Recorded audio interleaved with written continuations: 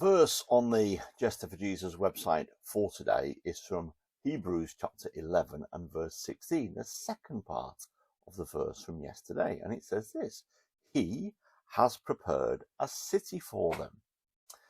Now, the whole of this verse, it said they were longing for a better country, a heavenly one. Okay, and then it goes on, and so therefore God is not ashamed to be called their God, for he has prepared a city for them. These are the giants of faith, the heroes of old, that are mentioned throughout the Bible, but this particular is looking at Abraham.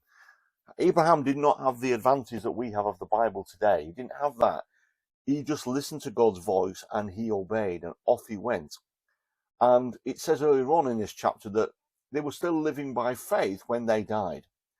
And what they were looking for is this Abraham descendants as numerous as the stars in the sky or the sand on the seashore, and a land that they would call their own. And he never really occupied the land. He only had a little tiny bit of it.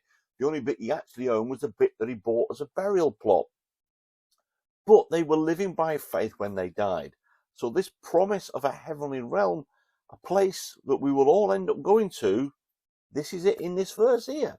He has promised a city for them. He's promised a city for us, a place that we can go. It's a reassurance of eternal life, resurrection of our earthly bodies in spiritual body form when we get to heaven.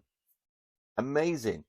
Abraham, in his attempt to sacrifice Isaac, knew and trusted God that if he had sacrificed Isaac, God would have been able to raise him up again. So Abraham had that hope in the resurrection of the dead at some point.